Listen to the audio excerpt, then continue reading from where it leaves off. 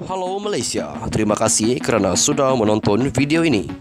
Sebelum kita bermula, sila pertimbangkan untuk tekan butang subscribe, like dan share. Berita perkembangan politik semasa dalam negara, perkembangan negara dan semuanya ada di dalam channel ini. Terima kasih kerana sudah menonton. Hello, salam sejahtera kepada seluruh rakyat Malaysia. Selamat malam tuan-tuan dan puan-puan. Perkongsian berita hari ini, sebelum itu jangan lupa untuk tekan butang subscribe serta aktifkan lonceng notifikasi supaya Anda tidak ketinggalan dengan perkongsian terkini daripada channel ini berkaitan dengan perkongsian berita politik semasa di dalam negara. Berita hari ini dipetik daripada Malaysia Kini. Ulasan wacana punggah, bolot dan gondol kekayaan negara. Berita ini dipetik daripada Malaysia Kini. Sejak Anwar Ibrahim menjadi Perdana Menteri ke-10, beberapa perkataan menonjol dan menjadi fokus pentadbiran beliau. Perkataan tersebut ialah punggah, teringat arwah Maidin Gelap yang sering menyebut perkataan ini dalam lawaknya, bolot dan gondol. Tiga perkataan di atas tidak sampai 2 bulan menjadi Perdana Menteri merupakan wacana dan bagi melakukannya ialah melalui kesempatan berada dalam kerajaan dan kepimpinan politik yang juga disebut Anwar, yang bagi saya bererti kuasa. Ini adalah rasuah besar yang dilakukan pemimpin dan ahli politik ke atas negara. Mereka ini bukan sahaja memunggah kekayaan, bayangkan pembolotan mereka ini sehingga menggondol kekayaan negara selama ini. Bagaimana cara dan kaedahnya rasanya membaca lebih mengetahuinya. Mungkin juga semasa beliau menyertai kerajaan Barisan Nasional BN sehingga menjawat jawatan timbalan Perdana Menteri dan Menteri Keuangan, beliau telah menyaksikan perkara ini berlaku.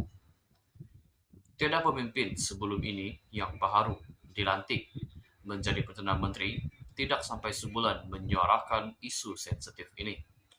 Walaupun isu rasuah ditekankan oleh Perdana Menteri, lalu tiada fokus kepada pemunggahan, pembolotan dan penggondolan kekayaan negara oleh ahli politik. Malah keputusan PH14 dan sebelum menjadi Perdana Menteri, Anwar menekankan isu pemunggahan kekayaan oleh ahli politik ini. Sewaktu debat perdana bersama bekas Perdana Menteri Najib Razak mengenai hala tuju dan masa depan negara, Anwar menyebut mengenainya, saya yakin permulaan ini mesti dengan pengurusan yang lebih baik. Orang mual dengan politik sekarang ini, dengan percaturan politik dan perebutan dan pemunggahan kekayaan dan pimpinan. Oleh demikian, harus bawa semula keyakinan baharu untuk menyatakan bahawa politik dan pimpinan tak lain dari taklif amanah, dan ini dengan membersihkan negara dari rot yang ada, yaitu rasuah. Semasa pelancaran jentera pilihan raya PRN Johor Februari 2022, Anwar juga ada berkata Pandora Papers senarainya macam mana.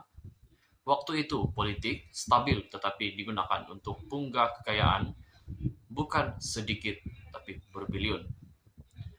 Ini juga bermakna Anwar sedang berusaha supaya wang rakyat dikembalikan oleh ahli-ahli politik yang telah mengebas duit wang berbilion ringgit.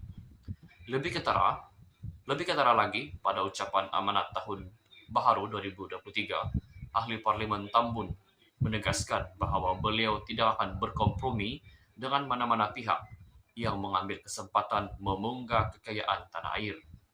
Menurutnya, tugas menghentikan amalan pemunggahan kekayaan negara ini bukan bermotifkan politik kepartian ketika ramai rakyat berdepan dengan masalah keuangan. Anwar yang juga Menteri Keuangan bagaimanapun mengakui sedar bahawa usaha memusatkan perhatian kepada rakyat dan memerangi rasuah bukannya mudah. Saya mengajak saudara-saudara selesai pilihan raya, kita harus menguatkan perpaduan. Bersatu itu untuk tujuan yang murni. Perkara ini dapat dilihat dalam amanat khas yang disiarkan secara langsung sebelum ini. Anwar menegaskan bahawa beliau tidak akan berkompromi dengan mana-mana pihak yang mengambil kesempatan memunggah kekayaan tanah air. Menurutnya, tugas menghentikan amalan pemunggahan kekayaan negara ini bukan bermotifkan politik kepartian ketika ramai rakyat berdepan dengan masalah keuangan. Anwar bagaimanapun mengakui sedar bahwa usaha memusatkan perhatian kepada rakyat dan memerangi rasuah bukannya mudah. Dalam isu Bernas, beliau berkata kerajaan tidak akan benarkan pembolotan kekayaan oleh ahli politik dan kalangan yang dekat dengan mereka dengan menghisap darah pesawah padi yang miskin. Pernyataan Anwar semasa ucapan amanat tahun baru berkaitan dengan pemunggahan kekayaan negara oleh ahli politik ialah selain kestabilan politik dan tadbir urus yang baik, langkah lain yang harus diambil ialah dengan usaha mempercepat proses kelulusan dengan menjamin bahwa Malaysia ini bukan tempat pemimpin-pemimpin mengondol kekayaan dan bukan untuk mencari hela menerima komisen, kata beliau. Bahkan dengan lebih tegas lagi, Perdana Menteri menyatakan akan menamatkan amalan rasuah yang didakwanya menggunakan kepimpinan politik dan kedudukan dalam kerajaan sebagai kesempatan untuk memunggah kekayaan. Beliau sehingga menyebut pihak itu sebagai pernah menjadi Menteri Keuangan dan bekas Perdana Menteri.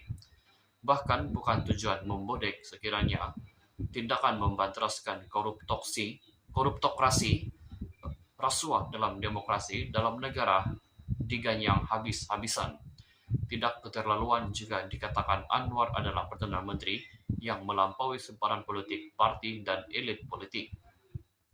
Ini ada kaitannya dengan istilah kleptokrasi, yaitu negara yang dikuasai oleh perasuah yang merupakan pemunggah dan pembolot kekayaan negara. Mereka adalah penggondol kekayaan negara mengambil kesempatan daripada kedudukan dan jawatan yang mereka pegang. Tiada pemimpin politik yang berani membuat kenyataan seperti ini. Bahkan sehingga artikel ini ditulis, tiada pemimpin kerajaan perpaduan bahkan gabungannya membuat kenyataan susulan juga, apalagi untuk pemimpin pembangkang menyatakan sokongan di atas kenyataan Anwar yang bernada tegas itu. Kajian akademik belum dilakukan secara spesifik dan ini adalah penelitian awal saja terhadap fokus Anwar sejak baru menjadi Perdana Menteri akan disambung. Ismail Hashim Yahaya adalah pemerhati kritikal isu-isu dalam dan luar negara. Tulisan ini tidak semestinya mencerminkan pendirian Malaysia kini. Sekian saja berita untuk hari ini. Kita jumpa lagi di video yang seterusnya. Stay safe, stay healthy. Bye-bye.